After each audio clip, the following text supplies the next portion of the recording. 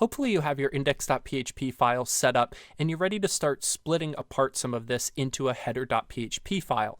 Now what I want to point out is not only can we have a header.php file, which WordPress will automatically find if we name it this way, but we could also have custom headers, and we could have multiple ones. So if you've been to a site and some landing pages have a really stripped down header and then their main site has something else, and maybe even on the home page it has a slightly different one, we could have different custom headers in WordPress. So let's take a look at how to set up our standard header.php. And again, we have to name it this so that WordPress will find it. And let's take a look at how to do some custom ones as well. So here's how to think about what goes in a header. Basically, all of your header content, so anything inside of your head HTML tags, up to anything that you want repeated on the same page or repeated on every page that this header is going to be included. So for us, that's going to include everything from the body tag up. So what I'm going to do is cut this out, and then I'm going to create a new file and paste it in and save this as header.php. So this will be our header file. And before we wrap this up and look at how to do some custom ones and link this in, I want to point out one thing that we will change here. Now this is a template tag and it's getting a bit ahead of ourselves, but I do want to mention the importance of adding WP head. And what this does is give WordPress, and via WordPress, any plugin and theme, the ability to add anything they want before the closing of the head tag. So this is going to include some special HTML characters, maybe for findability and SEO purposes. It's going to include links to style sheets. So remember what we did in our functions.php and we enqueued scripts? Well, enqueue scripts hooks in with WP head. So that's how we're going to get our CSS to load. Also, when we put in add theme support for title tag, that is now automatically going to come in and add the title tag that we removed from being hard-coded. And again, it's a best practice. You don't want that title tag in there. So we have this header done. Now in our index.php, we have to get that header to load. And the reason we name it header.php is we can use get header, and that will automatically pull in our header file. So let's just test this out real quick. Wow, look at the change there. If I come into my site and view inspector, let's just pop open this inspector. Notice that I have all the HTML I would expect to find in there. And let's see what we've got. Oh man, we've got a whole bunch of new HTML stuff put in here. And then we've got a script tag. So there's some JavaScript that we didn't write that is getting put in there. That's from WordPress. And there's some styling. This looks like emoji related stuff. So that's getting thrown in there. And then let's see, we have a whole bunch of style sheets.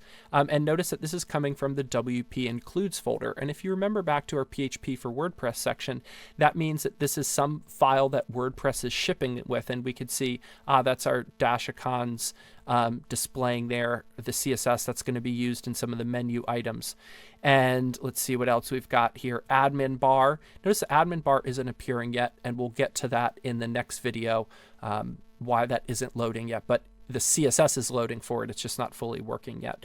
But here's really what we want. This is our style. This is our style.css file. This is in our theme, our WP hierarchy. And notice the version. This is the timestamp that we set so that if I were to refresh this and come back down, notice that we have a different timestamp going on. We have some API stuff and a whole bunch more. So all of this is things that we did not put in, but because we put in that WP head, it's all working. And of course, the most obvious thing is now our main style sheet is loading, and that's great.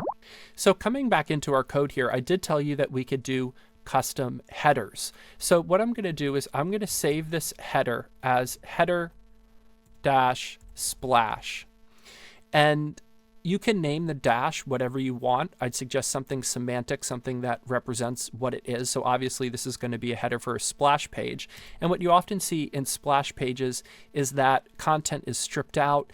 There's no oftentimes link back. Your main menu is missing. We don't have that stuff yet, but what I'm going to do is I'm just going to put in a notice and say new lorem to the cell thisum. and they could go by there. We could do whatever we want in that. But if we come back into our index.php in get header, all we have to do now is say header splash. And WordPress will automatically know, hey, look for a file header-splash and load that. So if we come back over to our site now, boom, we've got this new thing here. And if we wanted to remove the menu or do other fancy stuff, we could totally do that. I realize this isn't looking super nice yet. It'll fill out as we go, trust me. Now let's check something. What if we have this in our code, but we were to delete this? Or let's simply rename it underscore something else. So it's not going to find it. We don't have to delete it completely. Now, if that's not there, what happens to our theme? Notice that it defaults back to our original header. So it still works even if it's not there. And this kind of fallback approach is really helpful. Because imagine at one point you were building a theme and it had this in it, but then it got removed or you no longer needed it and this code was still there. It won't break your entire site. So that's just a helpful thing to know. You could build with confidence around that.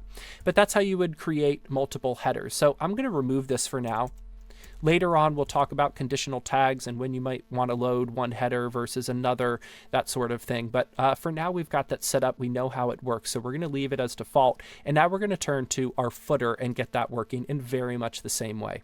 So what you have to do at this point is get your own headers working, get a custom header, play around with that, and then in your own site that you're building as well, set up a default header and then set up a custom header. And if you have more markup, it may look a little bit different, but the idea is to explore, try pushing and trying new things. Even if questions come up or things break, we'll get to it eventually and cover it, but it's good for you to practice this on your own. So go ahead and do that now, and then we'll pick back up with the footers.